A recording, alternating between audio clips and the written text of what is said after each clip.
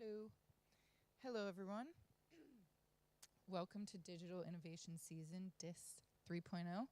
I'm Rachel Pearl, a researcher and co-curator of this year's season. Hello, online and here. Digital Innovation Season, or DIS as we're calling it, as Central St. Martin's explores and celebrates creativity in the digital space through an inspiring program of public talks and workshops open to students across the college throughout February. The 2024 season theme of DIS is planetary sensing. This theme brings a planetary perspective to the climate crisis, social impact, and cutting-edge technologies. Tonight's lecture by Iris Long is based on her long-term research work on scientific infrastructure in Southwest China as part of the long-term research Under the Cloud. I think you can find it at temporalstack.com. This session will be focused on how megascale scientific facilities such as the FAST telescope integrate scientific computation, big data, and paradigm shifts in cosmic observations. It will also discuss the frictions involved in the infrastructuring process and how the planetary computation system becomes entangled with complex landscapes, geographical conditions, and plural cosmologies in Southwest China.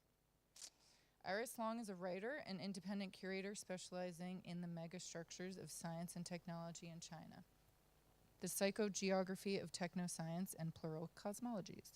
She's a Berggruen Fellow and a Swiss Next Fellow. In 2021, Iris launched Port Under the Cloud, a long-term research and curatorial project exploring the infrastructures of science and technology in China. This is her passion project. Please join me in welcoming Iris Long. Here you go. All right. Thanks for the introduction and thanks for having me as part of this program. And actually, please bear with me since I'm actually a bit under the weather, so my voice may sound really weird. And also forgive the really weird title.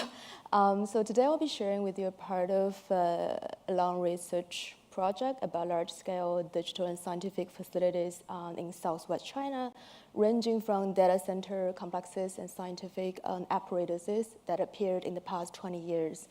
And my talk today will evolve around one specific site, which is the FAST telescope, and how it kind of serves as a case study that reveals the sort of the locality and plurality of planetary computation.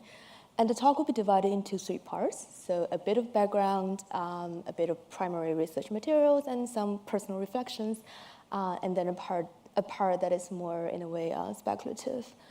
And actually, this is my first time presenting this, so a lot of raw materials. So the first part will be the invisible universe.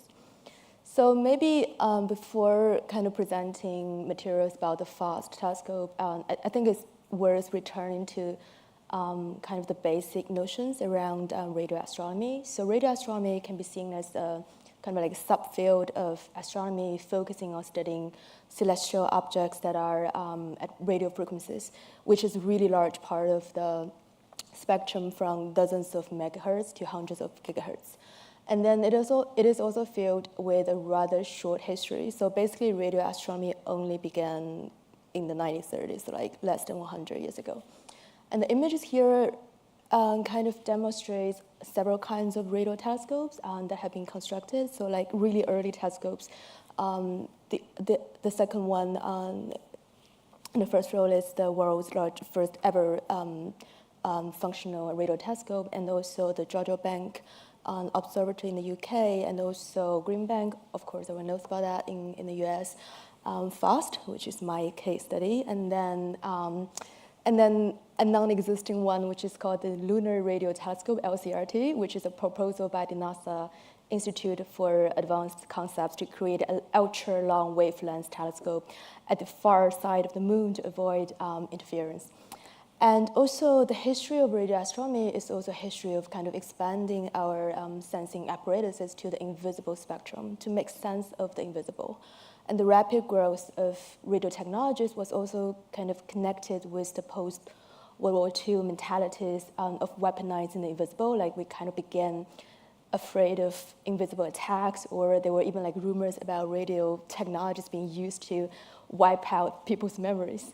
So I'm quoting from this book called Mixed Signals, Communication with the Alien in Cold War Astronomy, because the author really has made a really clear kind of connection between military radio technologies and the rise of radio astronomy. So she said, after World War II, a large number of military radars were widely used for civilian astronomical observations, and at the same time, a large number of specialized radio telescopes were successfully built and put into operation, ushering a golden age of vigorous developments in radio astronomy.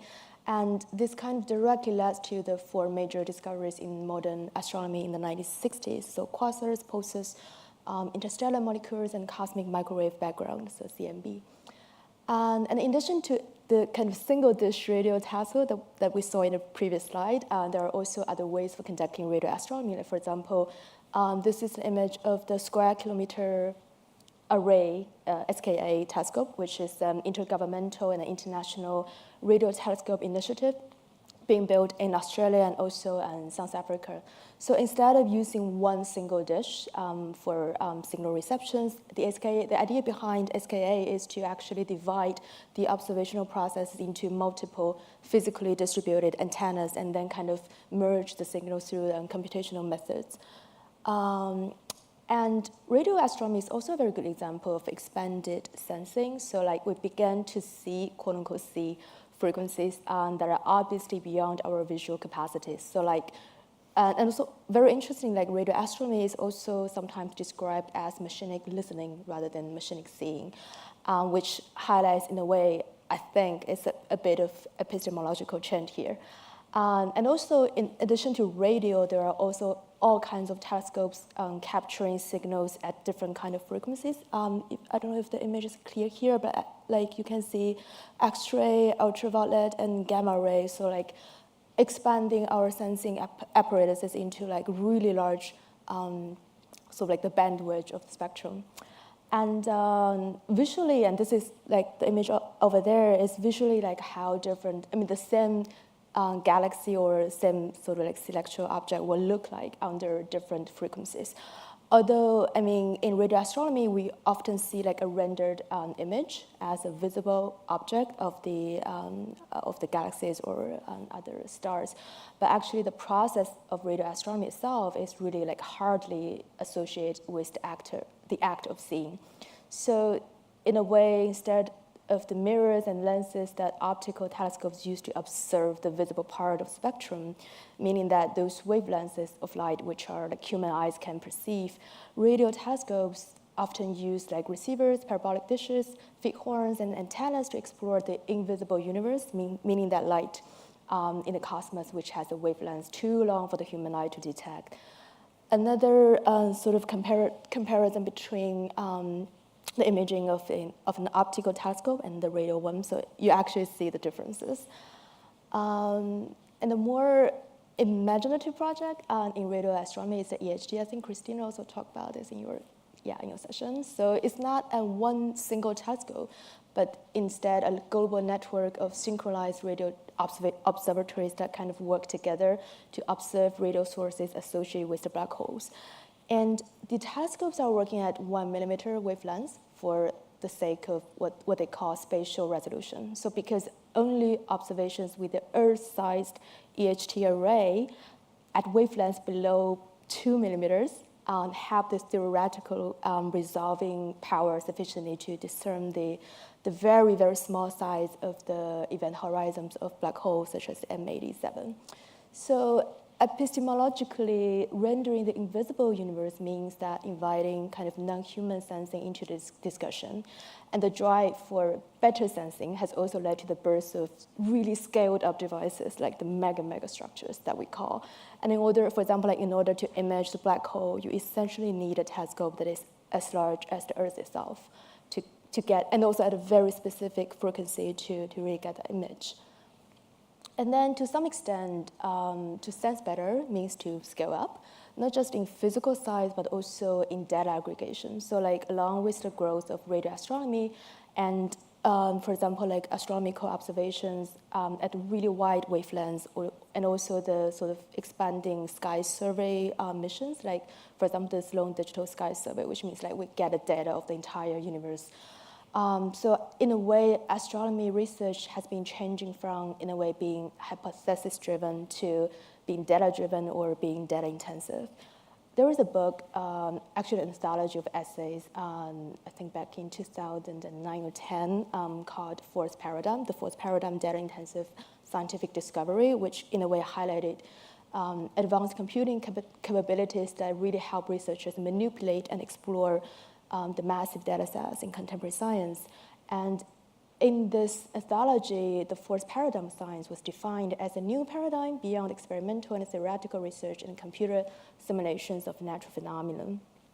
And we talk about like how the sort of growing sensing capacities of radar astronomy has led to larger scales of telescope, whether it's a single dish, for example, like the Arecibo was, I think it was 300 meter, the FAST was 500 meters, and so it's a bigger and bigger telescopes or like arrays of telescopes or telescopes network distributed on the entire Earth. So there really have been like a lot of work and research focused on the conceptual and algorithmic models that have really kind of constituted the notion of planetary computation. A lot of work has been done like on the algorithmic level, like of planetary computation, but I'm personally also interested in the material and the physical layer of this megastructures of astronomy when it comes to the topic of sense better. So the material layer ranging from, for example, geological conditions or environmental conditions, and especially how this sort of geological layer plays both supportive and transformative roles, and to the physical computing structures, which are like the data centers that can support sort of large-scale and data-intensive version of astronomy. So in other words, the question here, at least for my research, is really about like what kind of physical and material transformations were kind of endured or required to quote-unquote sense better. Part two, inhabitation of megastructures. So I call this research the inhabitation of megastructures, and partly because I really care a lot about like the living conditions of those facilities, and also the sort of geophysical setting of those facilities, and also personally because like I employ like a field trip kind of way of working. So like I basically take people to those kind of sites. So yeah, that's why like I think the word inhabitation kind of described the way that I work. Yeah, so basically I think this kind of techno-scientific large-scale structures play in a way very crucial but yet concealed roles in organizing, circulating, and rendering kind of cosmic knowledges and also maybe our daily lives as well, whereas they remain in a kind of elusive state via the physical like inaccessibility. Like for example, it's really hard to imagine like how can you just like walk into a telescope and say, hey, like like explain to me how this whole thing works. And the technical intricacy and also like in a way, I think a lot of these facilities are really hard or kind of unrenderable by satellite imaging or this kind of top-down point of view. So I feel like, especially like in my case studies, the infrastructuring process in Southwest China can be really fast, like too fast to capture, too vast to rationalize, and also too deep to be seen. So in a way, the structures exist on the periphery of our attention and mostly manifest through the objects they capture, collect, compute, analyze, and transmit. Maybe it's worth going back to the very beginning of the whole Under the Cloud project, which is like my research, my passion project. So basically, this is so back in 2017, I think. All the iCloud users in China, well, myself included, we received a new kind of new terms and service, noticing us like all the phones, iPhones in China, and also like the nationwide iCloud services on Apple devices in China would henceforth to be operated by a company called Guizhou Big Data Company. A literal translation would be Guizhou over the cloud, so 云上Guizhou. And in addition, the user data will be stored in the first ever data center of iCloud in China. or actually in Asia. So ever since the Guizhou Cloud Big Data Company logo has been really deeply associated with the iCloud services in China. Like if you buy an iPhone in China, you would see the two kind of logos closely associated with each other. So it also kind of thrusted Guizhou's big data industry into a much, much broader public view. And then I just got interested and just like searched where exactly the iCloud is, and then I ended up with this kind of an image. So it actually did return a very specific address which is in Gui'an Liu District in the city of Guiyang. And I think what's funny here is that the iCloud was kind of depicted as a wormhole, like a distorted wormhole, like part of it just like the silhouettes of this barren mountains and dirt, and then the other side, if you can see there, is like Apple Store style, like very sleek and clean and white data farm architecture. So the sort of failed satellite imaging kind of made me really wonder, like if I can't grasp the whole image from the satellite point of view, then if it's possible at all for me to go actually under the cloud and to see what's actually happening there, because like in the past 20 years, essentially a lot of the like high-tech firms in China and also internationally constructed the data centers in the specific district in the same city in the province. So for those who are not familiar with the location, so here's the map of China, and then here's Guizhou province. So it's actually located in the southwest, and not close to Beijing or Shanghai or Guangzhou at all. It's like in the mountainous areas, basically. And then, so the data centers for iCloud or Tencent or Huawei or Foxconn were all constructed in this province, and also the FAST telescope is located in the southeast part of this province. So since 2021, I've been kind of organizing tours, like I call them like infrastructure tourism in a way. So like I take people to this sort of data and also astronomy facilities in the province with all kinds of participants ranging from artists, science fiction writers, and also sometimes media scholars. And as a kind of field-driven curatorial project, these tours inevitably revolve around the sort of explanatory and exploratory desires, like issues around how and why and sometimes when. And the first trip really evolved around like understanding the rapid infrastructuring processes through the lens of geology and meteorology. Like in the case of data center studies, it's really obvious, evident. And of course, like media scholars such as Lisa Parks or Liko Starosiewski or Patrick Brody all kind of have written extensively about how to understand the phenomenon of the cloud through the lens of both geology and also meteorology. So it was actually during the trip that the connection between the radio telescope and the data center kind of emerged or attracted our attention. And then in 2023, actually we kind of divided into more specific themes, and among which you can see here, we want to know more about this scientific data infrastructure and also astronomical data. Here are just some images from the trip. So like at the far corner is the Tencent data center, which is constructed in a sort of like artificially hollowed out tunnels in a mountain. I think in theory, it's a disaster-proof or disaster recovery data center. So it's not designed for example, like rapid, frequent exchanges, but rather for like, for example, training like large-scale models or for profiling or just to kind of like storing the copies of user profiles, I think. And then that's the image of the local meteorological station. The guy over there really explained to us why like the sort of the climate condition in the province really allowed the data center boost to happen. And then the image over there is actually part of the Huawei data center campus, and I really do not know why it has this kind of Mondrian style like facade. But actually, that building was used for, if I remember correctly, the purpose of that building is to store the physical archives. So it's in a way interesting because like we were essentially in the data center complex of Huawei, and then there is a building solely made for storing like physical archives.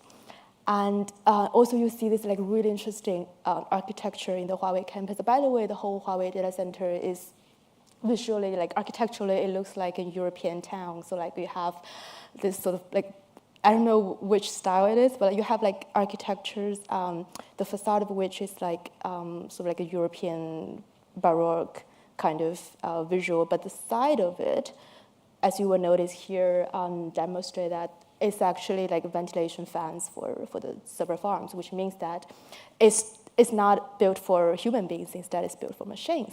And there's a closed view of the fans. And then here you see, sorry about that, like a bunch of stuff in the FAST Early Science Data Center, which is actually not in FAST, but in the province, the capital of Guizhou. And here are just some more information about the 4 different themes of the second tour, and I'm not going to explain all of this, and everything is on the website. And here is a full list of the actual places that we visited. So if you can see the dots here, so basically most of them are actually located in the same region, which is the data center complex or the Gui'an New District of the city of Guiyang. And then the FAST telescope is roughly 3.5 hours drive away from Guiyang. And then the telescope. So in case you're not familiar with FAST, I assume that you are familiar with another single dish spherical telescope, which is Arecibo.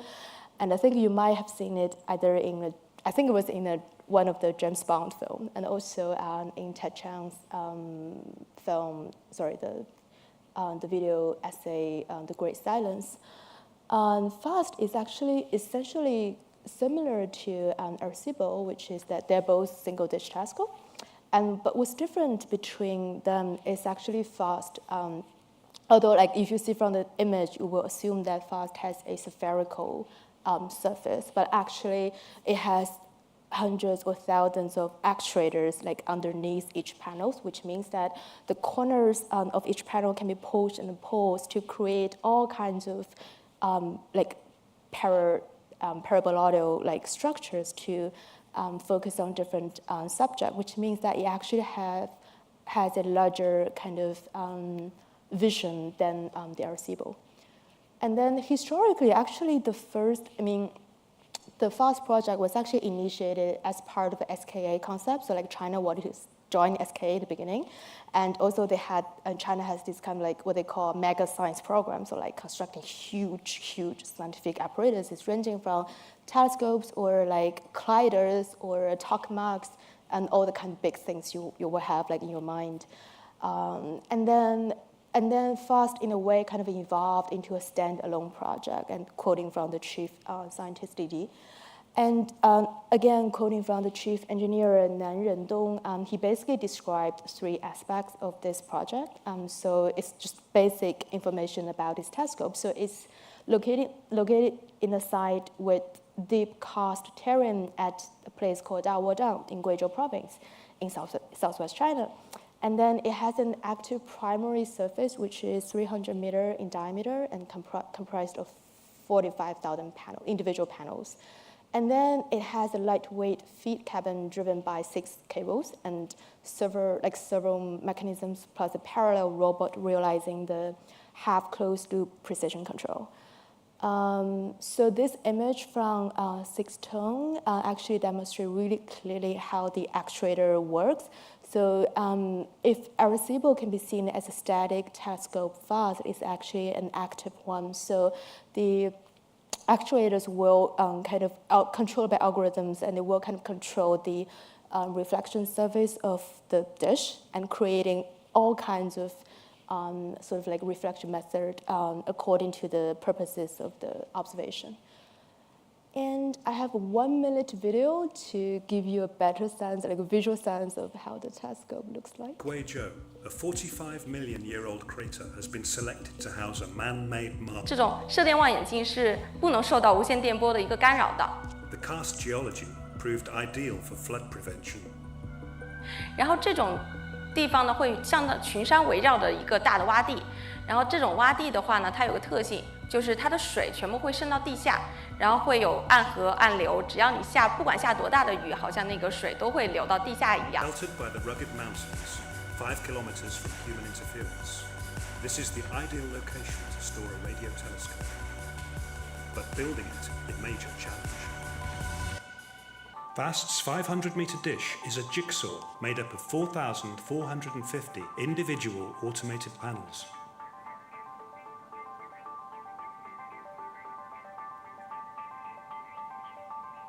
After morphing into its paraboloid shape, the dish can then point in any direction to track and receive a signal.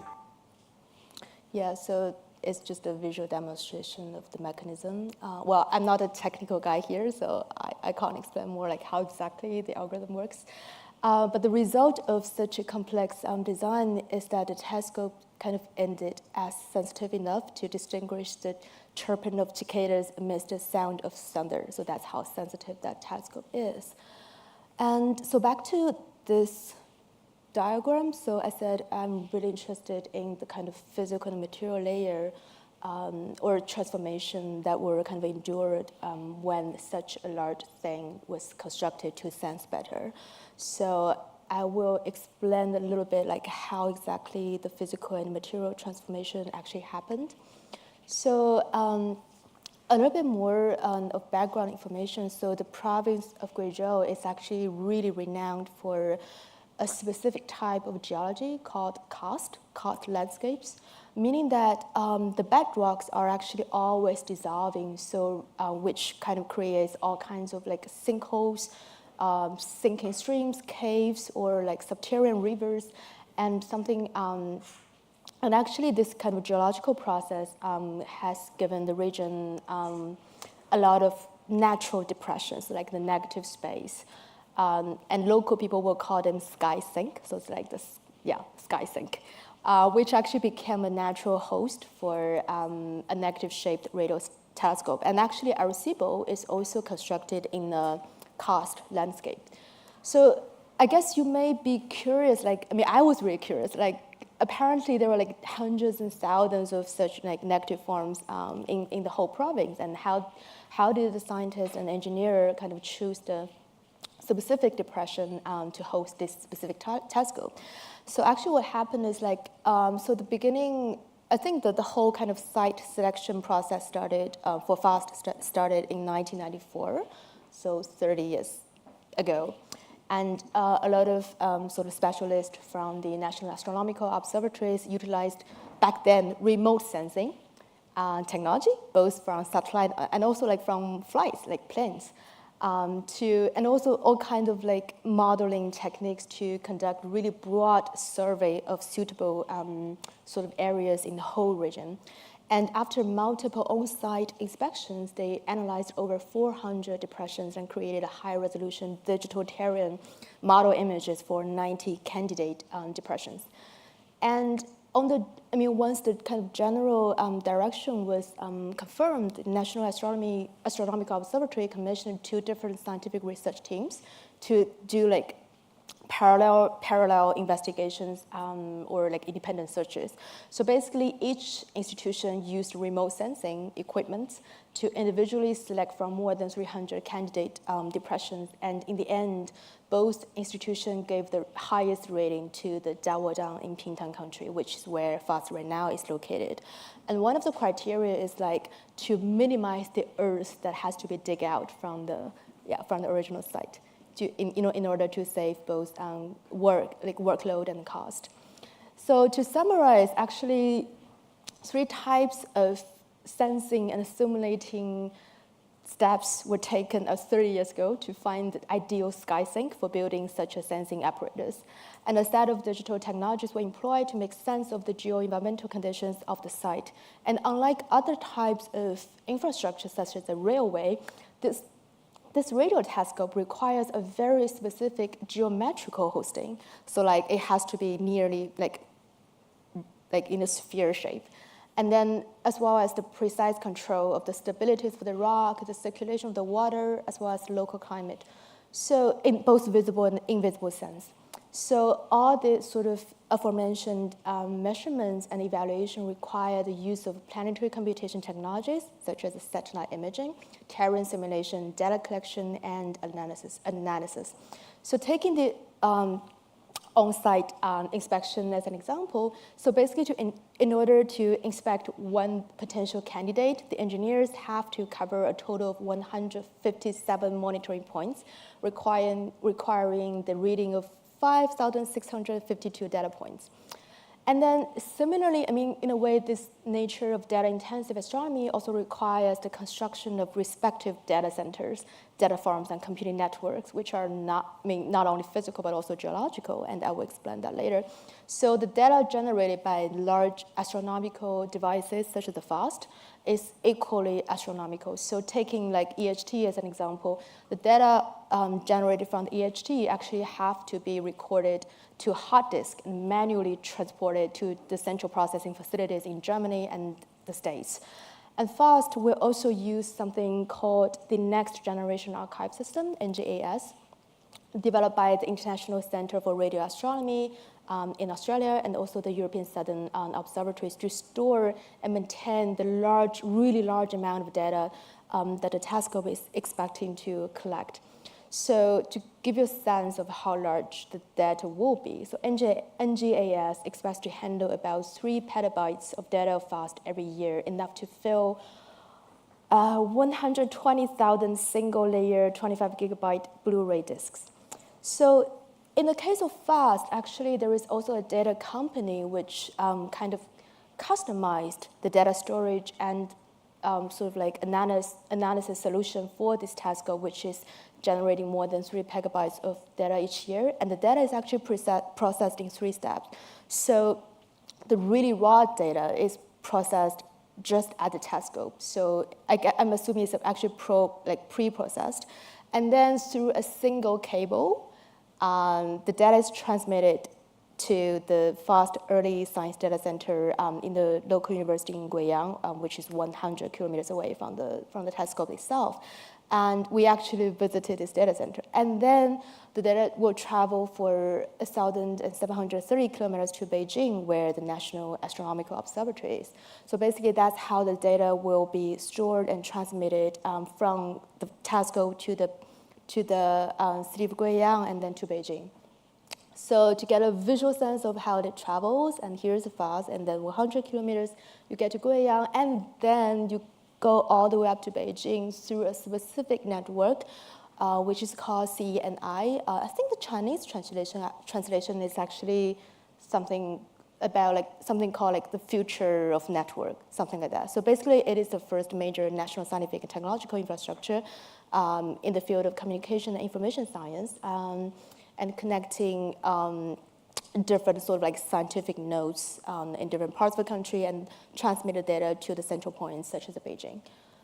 So yeah, so in other words, you can see here, we're not just talking about how we use all kinds of planetary sensing technologies to search the ideal site for a telescope. We're also talking about once the telescope is finished, the construction is finished, we have to do a lot of physical transformation, geological transformation to build dedicate cables or storage or other kind of data facilities to support the operation of such a gigantic telescope. So in a way, such large-scale sensing devices not only have a very specific and precise requirements for the geological and material environment, but they're also reshaping the geological and material environment. Moreover, this reshaping process is not a one-off event. It will get better. For example, as the precision of the equipment improves, data storage increases, and performance enhances, the demands on the geophysical material infrastructure, like the infra layer of these artificial infrastructures, also will grow. And then an observational device now possesses the capability to not only reveal, but also kind of transform the landscape And this non-human agency and scales of transformative forces come not only from the device itself, but also from the reality that our scientific discoveries are becoming increasingly networked, non-singular, and planetary. So, and also like the nature that has already been transformed by such facilities still has its own agency to destabilize or provide destabilizing forces to the apparatuses that are in a way approaching infinitely precision of perceptions, of sensing. And if historically, like our study of a scientific instrument, the precision of it was really focused on the subject, the instrument itself, on its mechanical structure or mechanism, I think in a way today to kind of evaluate the precision of a large-scale instrument, because like they're so deeply kind of embedded within nature and the environment, that the precision is not solely dependent on themselves, but also, in other words, a telescope can be larger than itself. And also, one interesting anecdote here is actually underneath this telescope lies one of the biggest subterranean river in the entire region. And you can also see like plantation, like plants growing like under this dish, which kind of, I think in a way demonstrates this kind of like entanglements between the technical and the environmental. And also this sort of like a mutual actions or forces between the sensing apparatuses and the environmental conditions also occur in the invisible realm. So if you remember in the previous video, they were talking about the signal-free zone, a 5-kilometer signal-free zone of the telescope. So basically, the radio wave bandwidth kind of covered by the telescope ranges from 70 megahertz to 3 gigahertz. That's basically encompassing all the frequencies, like, for example, FM radios or mobile phones, Bluetooth, and even those used for satellite navigation or radar transmissions. So that's a lot of digital devices. And this telescope has completely transformed not only the physical environment, but also the landscape in the radio wave spectrum. So just like we kind of remove soil to establish better foundation for a telescope, its presence has effectively kind of erased the majority of the surrounding electromagnetic signals. So the upper image actually shows the measurement result of the kind of radio environment of the telescope in 2019. And then the image on the left actually demonstrates like how the sort of like natural radio interference is filtered through a mechanism. And then the image here actually shows like how the observation result will look differently with or without radio interference from the satellites. And then people are even talking about, like, for example, satellite services such as Starlink will be leaking signals that will interfere with most sensitive radio telescopes. So a lot of stuff are actually happening in the invisible realm. And also this is an image of like demonstrating the 5-kilometer radio-free zone of the telescope. Yeah, so in a way, I think the telescope not only senses the invisible, it also edits the invisible. And last bit, plural cosmologies. Honestly, this is really raw. So, yeah. So basically, we talk about how this kind of entanglement between the natural and the scientific or the mechanical in both visible and invisible realms that we can observe, like once you dig into the whole story of the telescope. And then personally, I do also feel that the telescope can be seen as a living science fiction. A bit of more contextual information. So the telescope is actually situated in one of the poorest area of the Guizhou province. So according to the information that is publicly disclosed by the local government, in the year when the telescope was completed, the local GDP was actually about 5.6 billion yuan, ranking 10 amongst 12 county-level regions. And also the per capita disposable income of the rural residents was only about 8,600 yuan, ranking the last on the list. So the presence of the first telescope, in a way, has transformed not just the natural environment, both geological and radio, or material and intangible, as we really have discussed before, it also has transformed the local kind of social economic landscape. With the arrival of this specific telescope, it has really kind of brought new economic opportunities and a set of completely different understanding of the cosmos to the local residents. And this region is also a settlement area for the Boyi and Miao people, which are the kind of ethnic, like minority ethnic groups in China, indigenous people, who have they really have like a fantastic imagination about the formation of the universe, like the origin of the universe. And trust me, this is like the most post-human story I've ever heard. Just to give you one example, so the Miao people essentially believe that the humans are the descendants of butterflies and water bubbles. And I mean, the first time I heard that, I was like, this is so post-human. Yeah, and then, so basically, butterfly and water bubble kind of gave birth to all kinds of species, and humans are just one of them.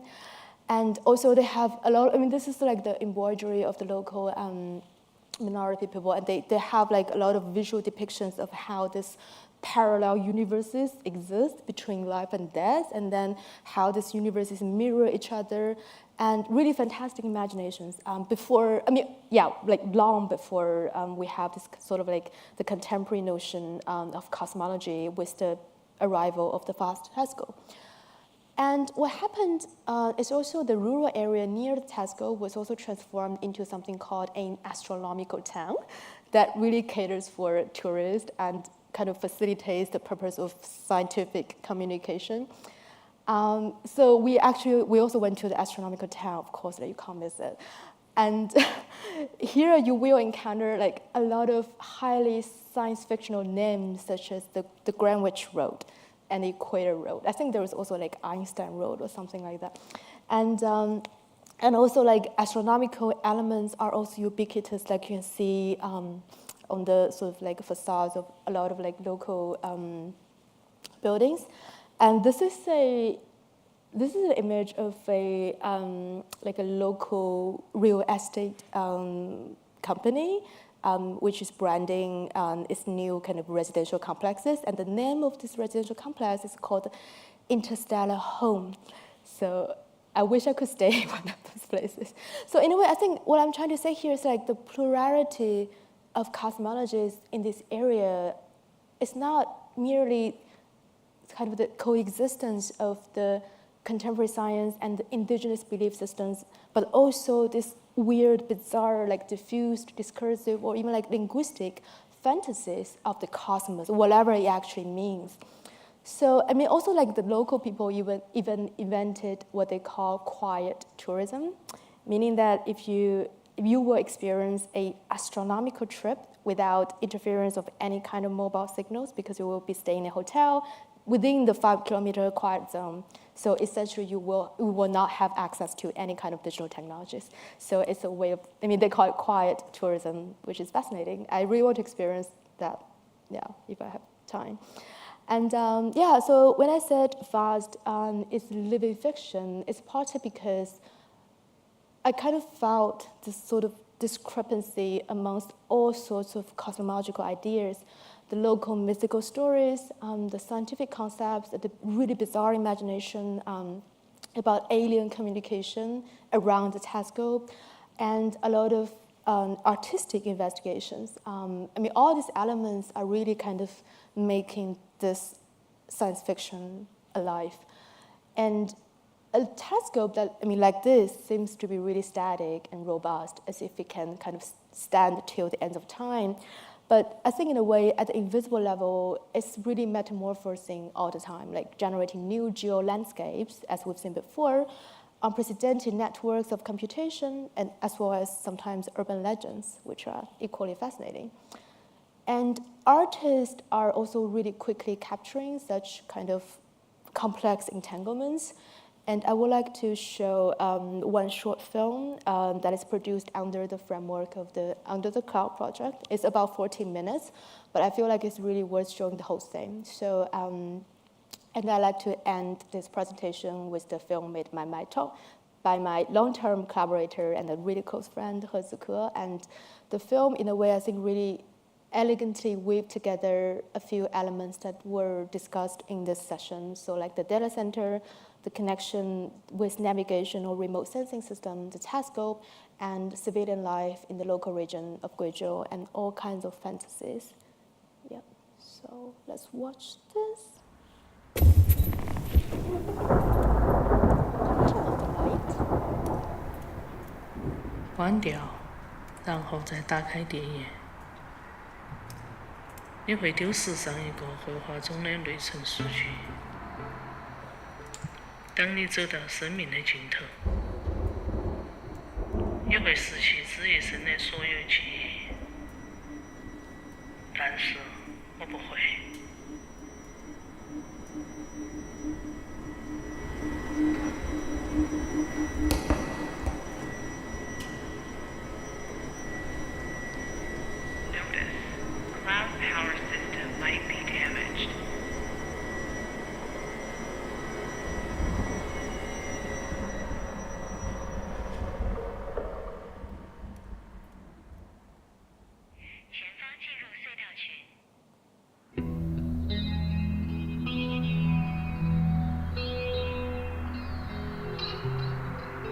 我的名字叫红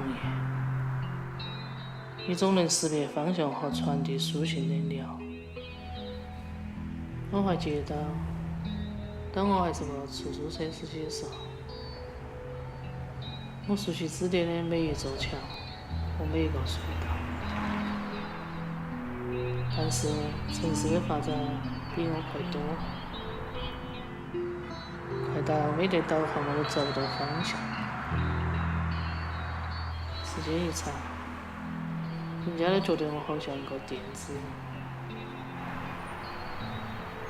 我说不是的，我只是一种迷失的一只鸟。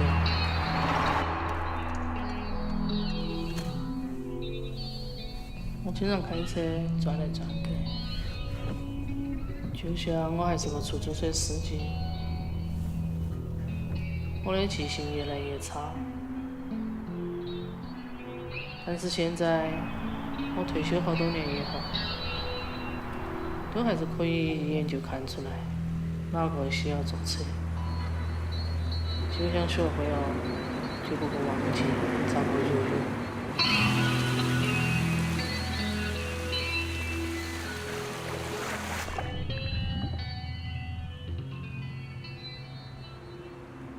这是停电以后的第二天。雨终于停了一下。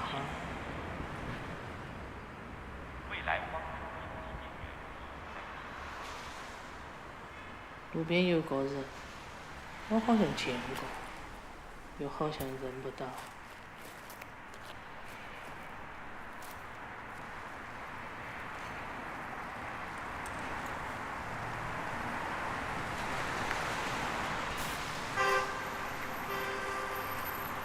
我晓得他打不到车，只好把他带起。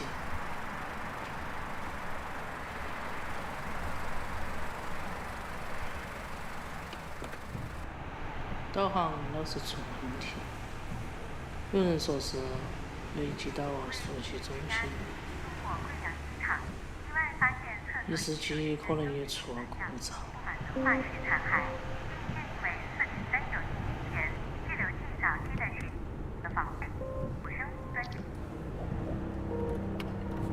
他睡着都没信号嘞。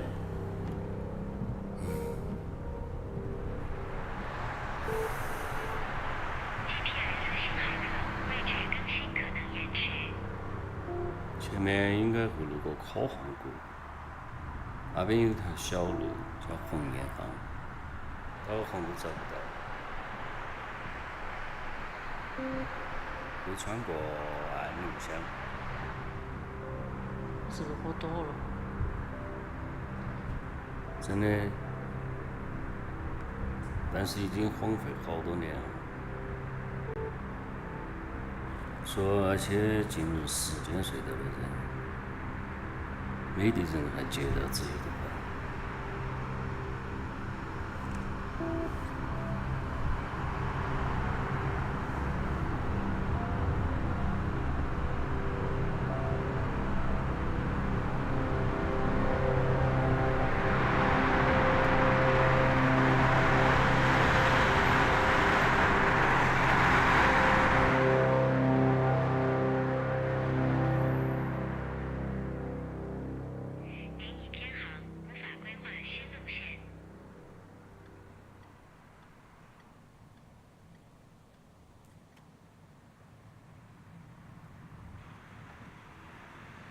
我刚刚想到这条路，就在这里。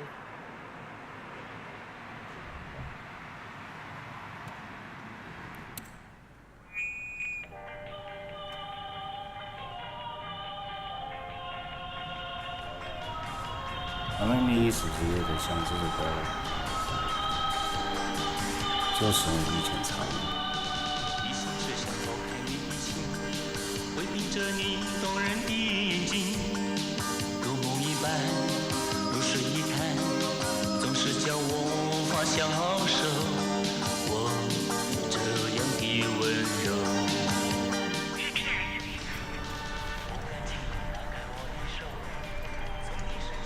我家以前就住在这桥的下头，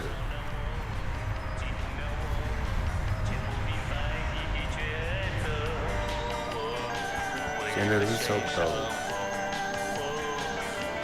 地图上有个点。我很小心，多开心，只为了不让你为梦一醒。别怪我伤透了你的更别说导航。我好难过，拒绝温柔。那也不晓得指的是以前是一片海。也许第一次爱过，为何悬赏？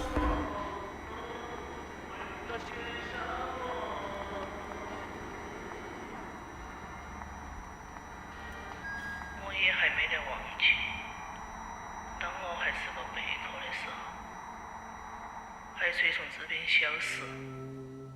山川从那边升起，雨水降下来，灌进地下和山体里面。直到有一天，它们冲破阻碍，形成河流、洞穴，还有天坑，就像喷涌而出的记忆。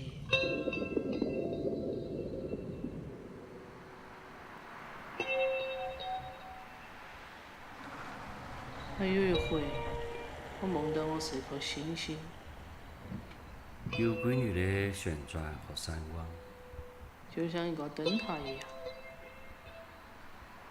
我好像在电视上看到过这个画面。后来有人跟我讲，说这种星星是天体的 GPS， 等星际漫游的时候，就可以在天上开车了。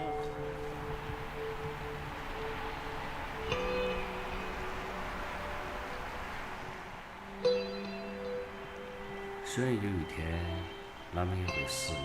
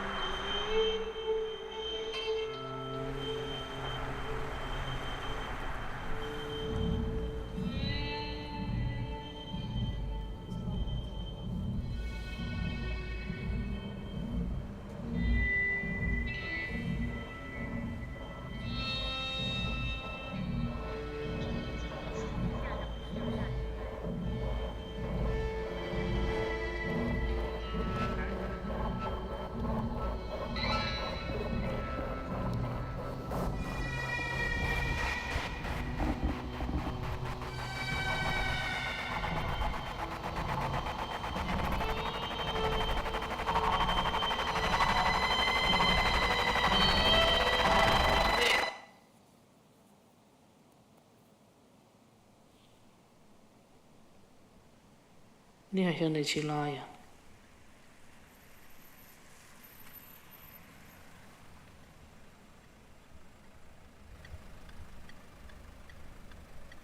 有颗萤火虫。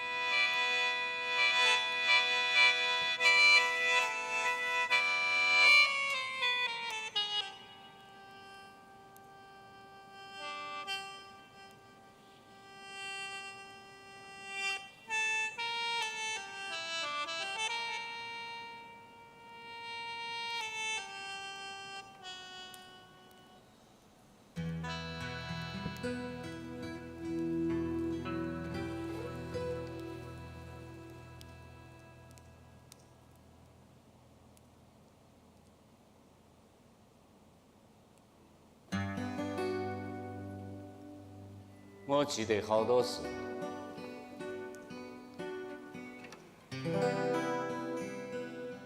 但是也忘了很多事。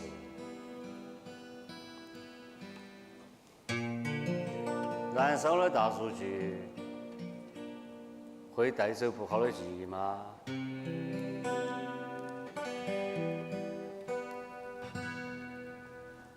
我说，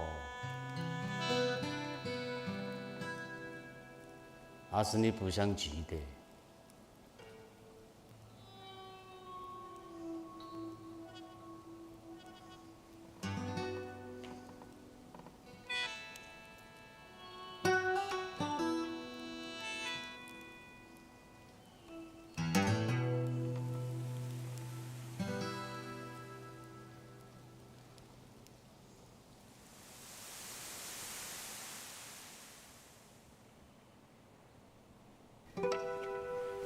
等以后水电站修好，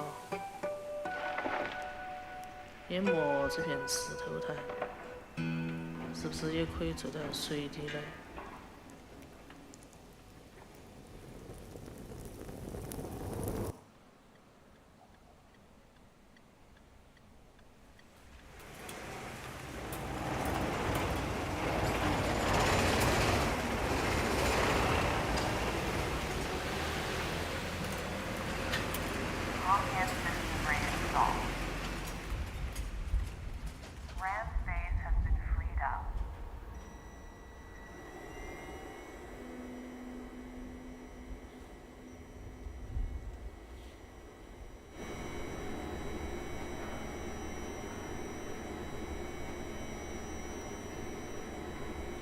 我好像之前来过这个地方，但是又不是很确定。记忆的残骸深埋在地下，然后不断的升起，因为我不想看见，它才变成了这座困住我的城市。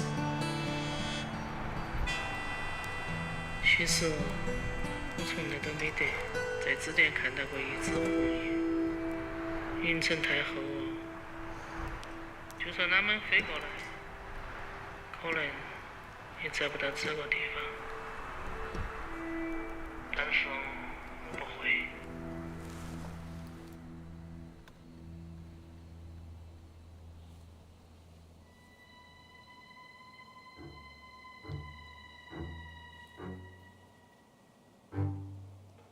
So all of the footages are shot in Guizhou, the data centers and also the highways. And also the rotating star that they were talking about in the conversation is actually PULSAR. So PULSAR is one of the chief mission of the FAST telescope. And PULSAR is also kind of believed to be the future interstellar navigation system because it's incredibly irregular. So yeah, that was it. Thank you.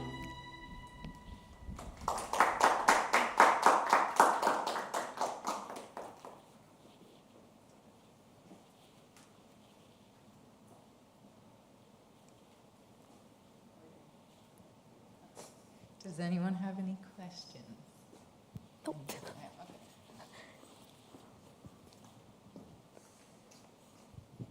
Thanks for the talk, Iris. It's very good. I really enjoyed it. I guess I have a question about the planetary aspect of the FAST telescope in particular. So one of the things that's really compelling about enormous scientific projects is that they take people from around the world to share knowledge and come together to get things done. But then, producing these kind of works at this kind of scale, like these sort of charismatic megastructures, they tend to happen within states, right? Mm-hmm. And I just wondered, to what degree did all the materials come from within China? Are there other, have there been any kind of, geopolitical kind of transformations in the last maybe 10 years as regards like how these kinds of, mega projects are kind of put together? And just as a sort of side, other little question, I love the idea of infrastructural tourism, and I just wondered how popular that is in China, given that, you know, there's just so, like, there was a lovely line in that film about the, you know, the urban environment overtaking my capacity to evolve, and I mean, clearly that's kind of the rate of production and building and so on, or at least has been in the last 50 years. Yeah, and thanks for the question. In regards of the sort of the globalness of the FAST telescope, I'm not entirely sure about the details, but as far as I'm concerned, I think the majority of the project was actually finished within China without outsourcing or kind of shipping any kind of material and non-material technologies from overseas. But another project that I've been following recently, which is another telescope proposed by Tsinghua University, which is called MAST. So it's supposed to be, once it's finished, it's supposed to be one of the biggest optical telescope in China. And that one, I know that they have to collaborate with a lot of international partners in order to get the right type of lens, and I mean, even like just a piece of glass, and also other type of kind of engineering kind of specialists. And also, I think, as far as I'm concerned, astronomy is kind of one of the most open field in, like, within science. Because like I was at CERN last year actually, and I just accidentally kind of bumped into a conference with a bunch of astrophysicists. I mean, obviously I did not know anything like the physics part that they were talking about. But actually, I mean, during that session, a lot of discussion was about the next generation of particle colliders. So you might know that CERN is proposing a larger collider in Europe, and then they were kind of comparing different versions of colliders, and then people were even like saying like, what if China builds the next biggest one? And then they were wondering about the accessibility of those facilities, and also like how you get access to use the data, stuff like that. So I think, I mean, in terms of the sort of like mega scale scientific apparatuses, there is always this sort of geopolitical layer that we can't just turn a blind eye to.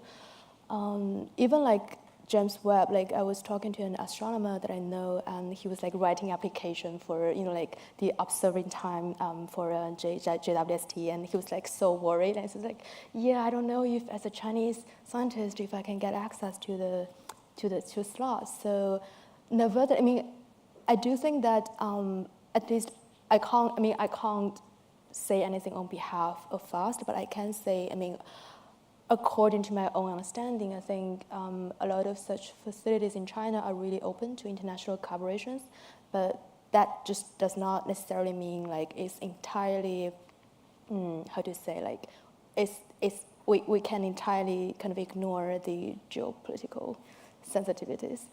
Let's put in that way. And in terms of the infrastructure tourism thing, I also have to admit it's getting more and more difficult.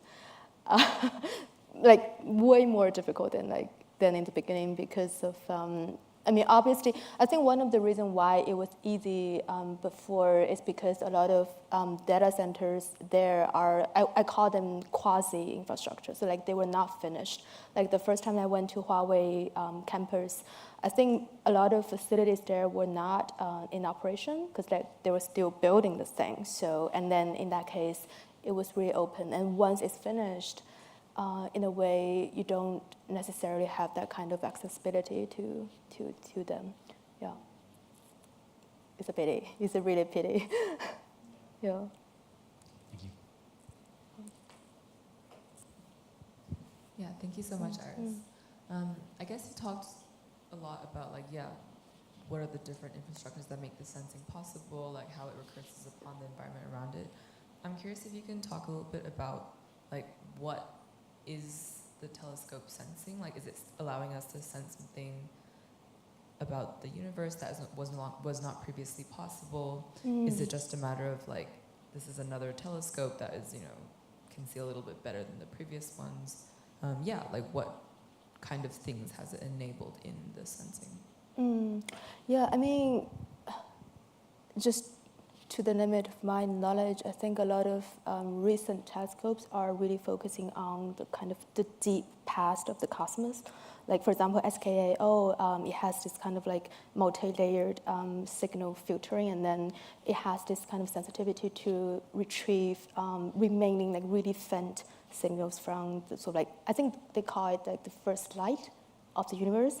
So I mean, my personal understanding is like a lot of telescopes constructing recent years are really focused on kind of explore point one, the early history of the universe, and point two, what they call large-scale structures of the universe, such as the cosmic void.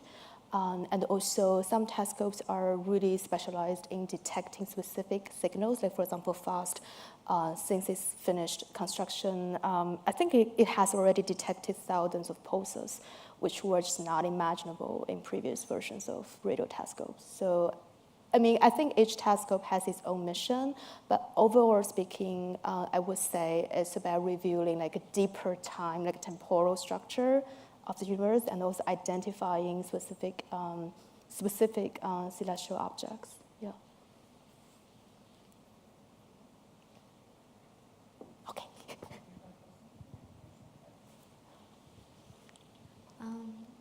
I wonder what kind of role do you play in this project? Because I know that you are collaborating with probably a filmmaker and also the scientific researcher. And what are your mission in this project? Are you trying to convey an idea to the audience, or like something about technology advancement and the impact on people's life? What are you trying to say to the audience, I guess? That's actually a really hard question. Well, in a way, I think it's really like driven by my personal curiosity. So I mean, honestly, I did not really plan that much for, like, for example, I've been asked this question like multiple times, like, what is the end result of your project? So, I mean, one result is actually we've been working now on a publication in collaboration with the Art and Technology Department at Serpent Times, which will be released, I think, ideally in March.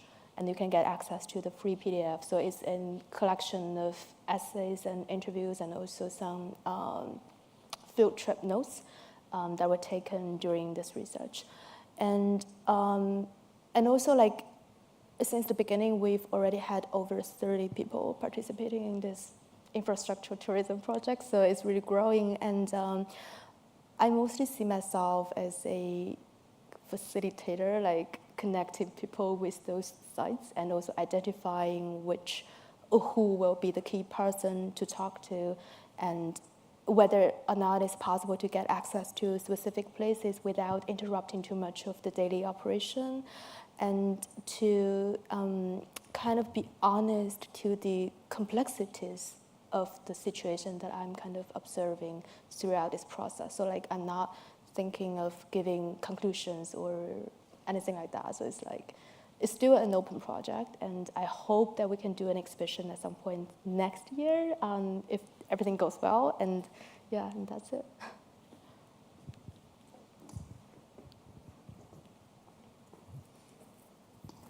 Hi Iris, I'll just take the 3 online questions now. So Nadine first asks, could you speak more to the raw data that arrives at these telescopes and this journey of translation it undergoes through all the infrastructure you mentioned?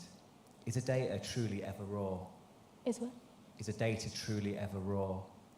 Well, I mean, till now, I haven't really got a firm understanding of the like how the raw data will look like.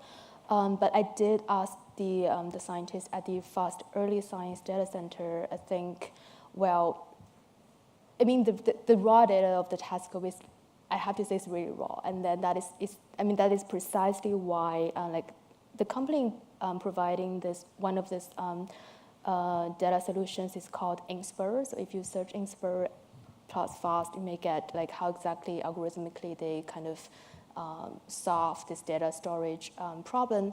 And if I remember correctly, at the FAST Early Science Data Center, there was a scientist telling us that one day observatory data generated by FAST needs a month's time to be pre-processed.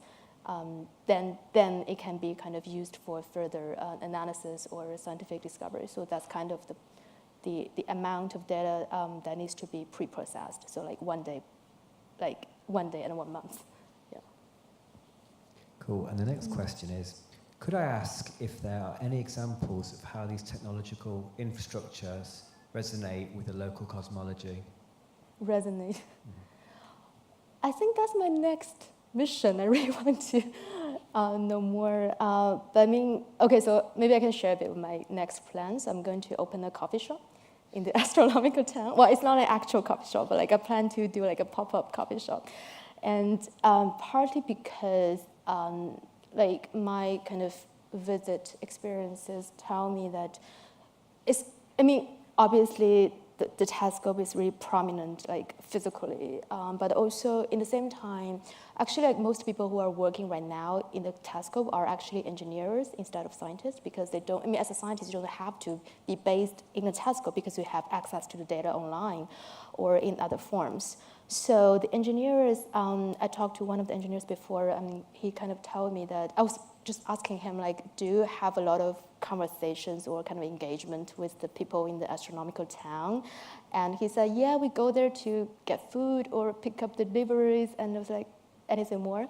So apparently, I feel like FAST, to me, it feels like a little residential area that is both there and not there, because there's no like real necessity to, to really between the scientists and engineers to have communication with local residents. So that's why I plan to open a pop-up coffee shop. And I want to invite people from the telescope to go down to the astronomical town and see like if I kind of put them together and what's going to happen. But I don't know what's going to happen because that's my summer plan. Another detail is that, so if you talk to a random person in the astronomical town, you actually will have a lot of information about the telescope from all kinds of perspectives. Like some people will be saying like, yeah, this is the telescope in the something like the three-body problem film, or they will be like explaining to you like how they believe this radio telescope works. So I'm not saying like this is not sort of like objective information, but what I'm trying to say here is like there is a kind of very imaginative potential about like how this image of the telescope appears like among the residents in the astronomical town, because like each person has a version of it, and I think that's what I'm really curious about. Yeah.